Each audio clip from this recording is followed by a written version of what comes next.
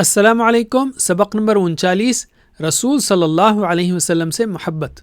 ये मोहब्बत होगी तो आपकी इत्तिबा करना आसान होगा और उसके नतीजे में दुनिया व आखिरत में कामयाबी मिलेगी, मग़फ़िरत मिलेगी, अल्लाह की मोहब्बत मिलेगी, दुनिया में ईमान की मिठास मिलेगी और कल क़यामत में रसूलुल्लाह का साथ नसीब होगा।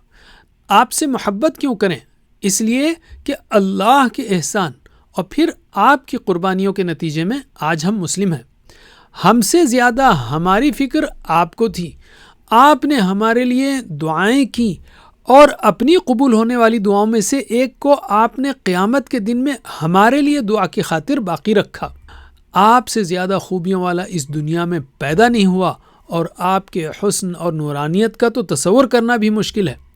तो रसूल सल्लल्लाहु अलैहि वसल्लम से मोहब्बत पैदा करने के लिए सीरत व हदीस पढ़िए, सुन्नतों पर अमल कीजिए, दुरूद का और अज़ान के बाद वाली दुआ का एहतिमाम कीजिए।